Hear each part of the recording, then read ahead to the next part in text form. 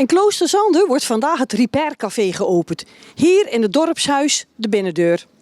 Handige vrijwilligers proberen kapotte huishoudelijke apparaten te repareren. Wij gaan dus praten bij die handige Harry's. Goedemiddag. Is het nu beter te verstaan? Vrijwilligers, belangstellenden, zangers van toen. Dankjewel dat jullie ook willen komen. Vanuit de gemeente Gino de Pauw en Jasper Hamman en de dorpsleden van Kloosterzande. Er is veel gepraat en er zijn bestaande repairscafés bezocht. Samen met drijvende kracht Ellen en onze communicatie hebben we vandaag het zaadje geplant. En gaan we over tot de uitvoering. En het is nu denk ik aan ons om het convenant te tekenen samen met de gemeente. Dus niet onbelangrijk. Geniet van deze bijeenkomst. Geniet van dit mooie feest wat Wilma hier neer heeft gezet. En kom vooral in de toekomst het Repair Café bezoeken, spulletjes brengen. We geven ze een tweede leven. Dank u wel. Over de toekomst met jou. Jasper Hamman, jij bent van de gemeente Hulst. Welke functie heb jij? Ik ben beleidsmedewerker duurzaamheid en wij werken vooral aan het duurzamer maken van Hulst. Ja, wat vind je van dit initiatief hier? Ja, prachtig. Hartstikke trots. We zijn hier eigenlijk al 10 maanden mee aan het overleggen. Vooral met de prachtige mensen van Hulst voor elkaar. En het is heerlijk om het zo echt zien te worden. Fantastische opkomst aan mensen en vooral de vreugde op de ogen van de vrijwilligers die hier zich inzetten. Fantastisch. Ik ben nu zelf een beetje, wat duurzaamheid betreft, veel mee bezig natuurlijk, maar thuis ook. Ja, nou, ik ben vooral ook heel erg zuinig op mijn spulletjes. Ik vind het heel belangrijk om de dingen waar ik van geniet, om daar goed op te passen. Nou, vriendelijk bedankt. We hopen nog veel van jou te horen, hè? Want zeker qua duurzaamheid en zo hè, in de gemeente. Zeker, graag gedaan. Dankjewel. Alsjeblieft.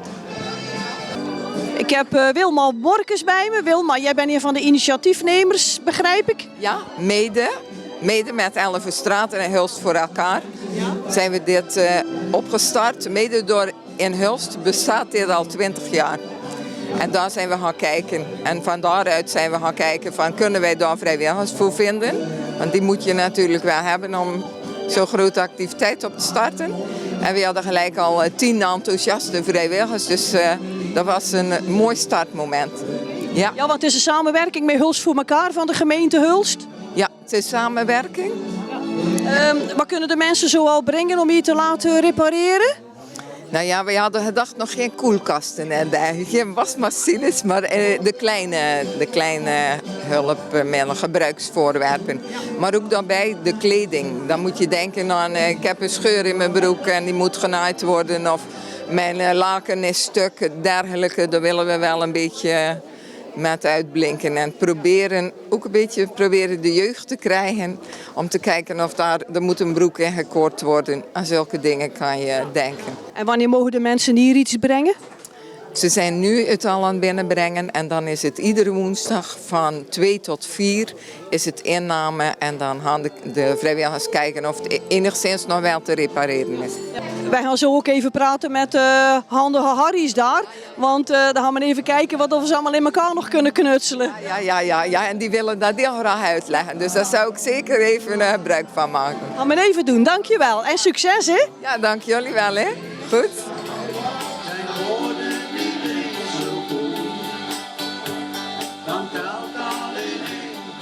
Mannen, ik heb hier 2 handige Harry's bij me. Oei. Ja? Maar jullie zijn een mooi koffiezetapparaat aan het repareren. Ja, probeer het toch, hè? Ja? Ja, ja. Wat is er mis mee? Ja, hij doet hier helemaal niks dus, hè? Oh, Dus hij zegt dood. eerst met mijn kant halen, ja. Ja, Oké. ja inderdaad. Dus Maar dan moet je op YouTube zoeken hè? dat hebben we gedaan. Je weet ervan, of niet? Het hebben we al. Alles kun je op YouTube vinden hè, hoe je het moet maken. Maar ja, sommige dingen krijg je gewoon niet meer open hè? Nee. Nou, dit moet toch wel open gaan, maar dat is even, nog even een puzzel hoe het werkt. En thuis? Doe je thuis ook iets? Ik doe thuis wel eens iets, ja. Maar. Meneer, lukt het? Nee, dit is niet meer te repareren. Dit is echt... Die moet je maar op de sturt gooien. Ja, we gaan er gewoon wat onderdeeltjes uithalen. Ah ja. Maar het is toch wel al een heel oudje, hè? Ja, dat weet ik niet. Het is toch geen leeftijd ook, maar... Maar aan de binnenkant te zien. Ja, is die wel gebruikt geweest. Dat was een mixer. Dat was een mixer, ja. Oké. Nou niet meer. Nee. Ja. Wat motiveerde jou nou om hier vrijwilliger te worden? Nou, omdat ik eigenlijk iets om handen wil hebben. Vanuit mijn qua werk kan ik het niet meer. Dus dan moet ik een andere iets... Maar dan is het wel heel leuk om te doen, hè? Jawel. En met die mannen hier allemaal, hè? Ja, eens een keer andere praten. Ja, gelijk. En dat is ook belangrijk. Als succes aan mijn fiets niet meer werkt, dan kom ik naar jou. Hè? Ja, je mag het wel berekenen. Ja, bedankt.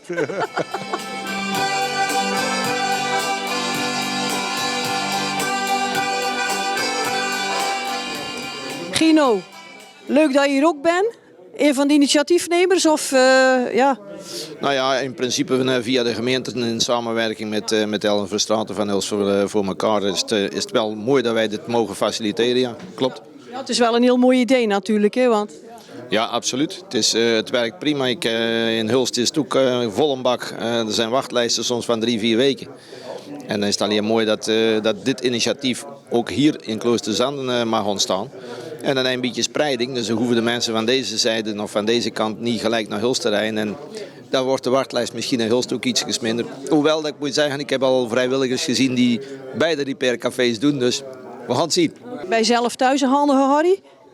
Ik probeer ook regelmatig wel iets te repareren. Ja, ik ben niet zo van gooi weg. Vind ik altijd zonde. En anders kun je het altijd naar hier brengen natuurlijk. Als ik er hier net niet meer aan zie, dan ga ik dat doen. Dan ga ik er ook gebruik van maken. Dat moet je zeker doen, dankjewel hè. Dankjewel, fijne dag nog.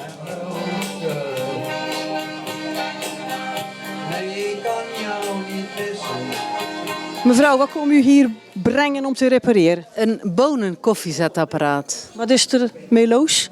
Hij doet het niet meer.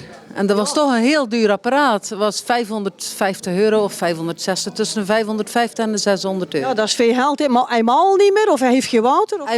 Dan moeten de mannen weten. Hè? En het water, dat zit er ook in.